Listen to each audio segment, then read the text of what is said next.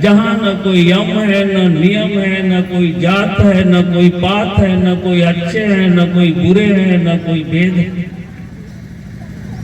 नमस्कार, ये है आपका अपना न्यूज चैनल। आपका अपना न्यूज चैनल में स्वागत है।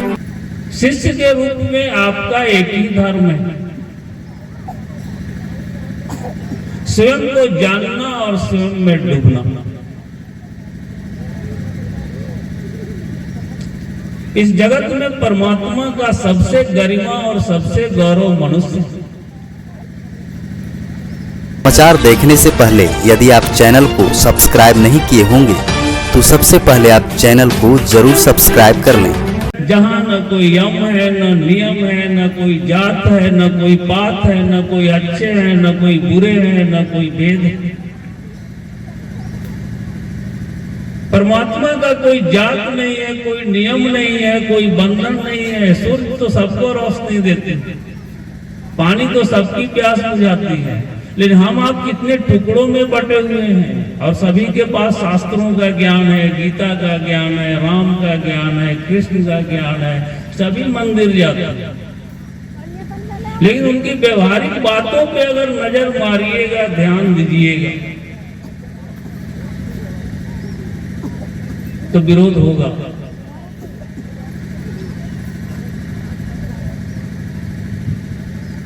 शिष्य के रूप में आपका एक ही धर्म है, स्वयं को जानना और स्वयं में डूबना। इस जगत में परमात्मा का सबसे गरिमा और सबसे गौरव मनुष्य। मंदिर को आदमी बनाया, आदमी को परमात्मा बनाया। आदमी बनाया वह श्रेष्ठ होगा कि परमात्मा बनाया वह श्रेष्ठ होगा। आदमी आदमी के सामने झुकने के लिए तैयार नहीं है, आदमी पत्थर के सामने झुकने के लिए तैयार है। इसलिए तैयार है कि पत्थर से कोई एक्शन और रिएक्शन नहीं होता है। आदमी एक्शन देता है, रिएक्शन देता है, क्रिया होगी, प्रतिक्रिया होगी। आप सर्वश्रेष्ठ हो तो सर्वश्रेष्ठ चुनो, नहीं चुन सकते। जैसा गुरु वैसा चेला। शिव आपके गुरु होंगे तो आपको अपने जैसा बनाएंगे। शिव की अर्थी होती है जो निम्नता में भी ऊंचता को देखे। वो कहानी सुना है ना आप लोग, एक चोर शिवलिंग पे ही चढ़ के घंटा खोल लिया, महादेव प्रसन्न हो गए, दर्शन दे दिए। बोले चोर से मांगो क्या चाहिए। कहानी झूठा ही समझिए, लेकिन इसके जो रहस्य है वो बड़ा अद्भुत है। जो सार निकलते हैं, अर्थ निकलते हैं। कहानी नहीं पकड़िए, कहानी के अर्थ पकड़िए। हम लोग क्या करते हैं, अर्थ नहीं पकड़ते हैं, हम लोग कहानी को पकड़ते हैं। भगवती ने शिव से पूछा, एक व्यक्ति आपको रोज जल चढ़ाता है, उसको आज तक दर्शन नहीं दिए, और जो आदमी आप ही पर चढ़ के घंटा खोल लिया उसको आप दर्शन दे दिए। शिव ने कहा वो तो केवल जल चलाता है, ये चोर तो अपने आप को ही हम पर चढ़ा दिया।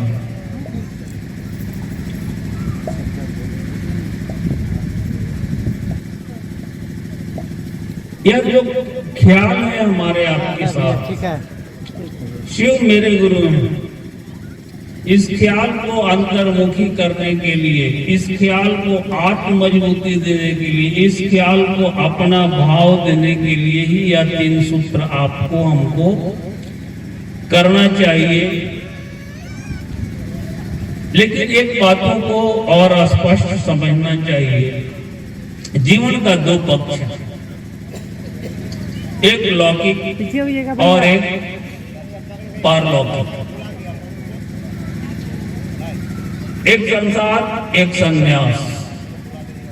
संसार के व्यक्ति से पूछिएगा तो बोलेगा पहले संसार है तब परमात्मा।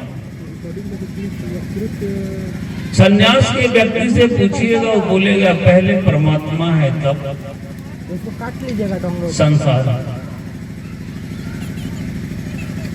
या तो कोई व्यक्ति संसार में जी रहा है या तो कोई व्यक्ति संन्यास में जी रहा है। दोनों के बीच में जो जी रहा हो, पहचाने हमको, हम पहचान रहे हैं बहिन। जिसके पास संयुक्त लहर हो, संयुक्त स्वर हो, संसार में रह के संन्यास को उपलब्ध हो जाए और संन्यास में रह के संसार को उपलब्ध हो जाए, यह तो कोई सामर्थ्यवान गुरु के ही दया से संभव होगा।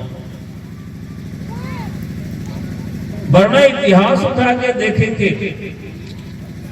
लोग परमात्मा को पाने के लिए घर छोड़ के जंगल में चले गए,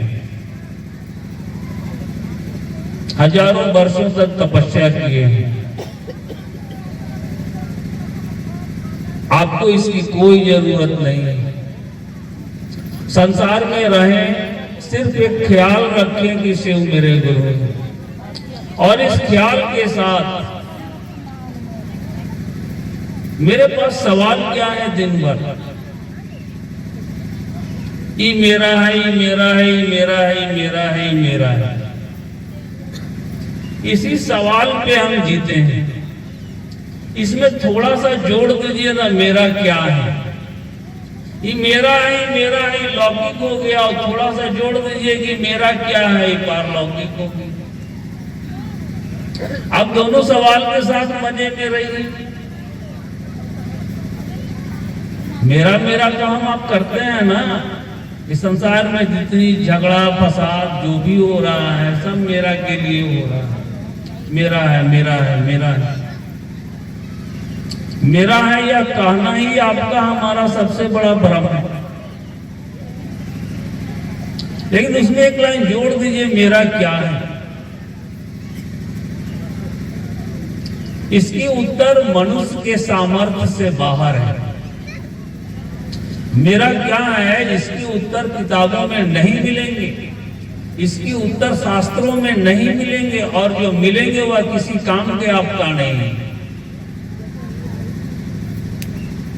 अब तो आपके साथ परेशानी खड़ा हुआ, आपका सामर्थ्य काम नहीं कर रहा है, आपका विवेक बुद्धि काम नहीं कर रहा है। मेरा क्या है, इसकी उत्तर तक जाने में अब जो आप कहिएगा, हे महादेव आप मेरे गुरु हैं, हम आपका शिष्य हैं, मुझ पर दया कीजिए कि मैं जान सकूं मेरा क्या है, पहली बंधन खुलेगी।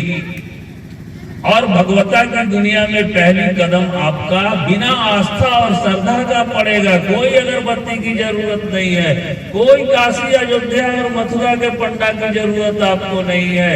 बस मेरा क्या है, इसी को आप अपना पंडा बना लीजिए। मेरा क्या है, इसी को अपना धुन बना लीजिए। मेरा क्या है, इसी को अपना गति बना लीजिए। मेरा क्या है, इसी को अपना गीत बना लीजिए। और यह गीत समझ में नहीं आए तो शिव से सहयोग मांगिए, झूठा ही सही मांग के देखिए ना, वो जिंदा है। मुझसे अभी 2 दिन पहले कुछ पत्रकार आए थे मेरे डेरे पे, उनसे मेरी बात हो रही थी। मैंने कहा कि ईश्वर एक है, जिसकी पूरी शास्त्रों में कोई जन्मदिन का समय नहीं मिलता है, कोई बर्थ ऑफ डेट नहीं है, कोई डेथ ऑफ डेट नहीं है, ईश्वर वही है। बाकी जितने भी लोगों का बर्थ ऑफ डेट है, डेथ ऑफ डेट है, वो ईश्वर नहीं हो सकता। वो जन्म और मृत्यु की प्रक्रिया से गुजरे हैं तो वह उत्तम में उत्तम हो सकते हैं, मर्यादा के भी मर्यादा हो सकते हैं, पुरुषों में भी उत्तम हो सकते हैं। ईश्वर एक है, जिसको भारतीय शास्त्रों और साधुओं ने कहा वो अविनाशी है, वो महाकाल है। महाकाल का अर्थ ही होता है जो काल से परे है, काल का बॉस है, समय का मालिक है। वो महामृत्युंजय है, जिसको मृत्यु पर विजयी है। शिव के अलावे किसी भी देवी देवता को मृत्यु पर विजय नहीं है। तो सारी शिव की स्थितियां और परिस्थितियां देखने के बाद लगता है ईश्वर एक है। मार्ग अनेक हो सकते हैं, पथिक भी अनेक हो सकते हैं, कोई उनको महाकाल के रूप में पूछता है, कोई रुद्र के रूप में पूछता है, कोई महामृत्युंजय के रूप में पूछता है, कोई शिव के रूप में पूछता है, कोई जोगेश्वर के रूप में पूछता है। बातें अलग हैं। हम आप एक साधारण व्यक्ति हैं, हमारे आपके रूप कितने हैं। हम आप किसी के पिता हैं, किसी के भाई हैं, किसी के मित्र हैं, किसी के दुश्मन हैं। हमारे इतने रूप हैं, वह तो ईश्वर है, उसके कितने रूप होंगे। हर रूपों में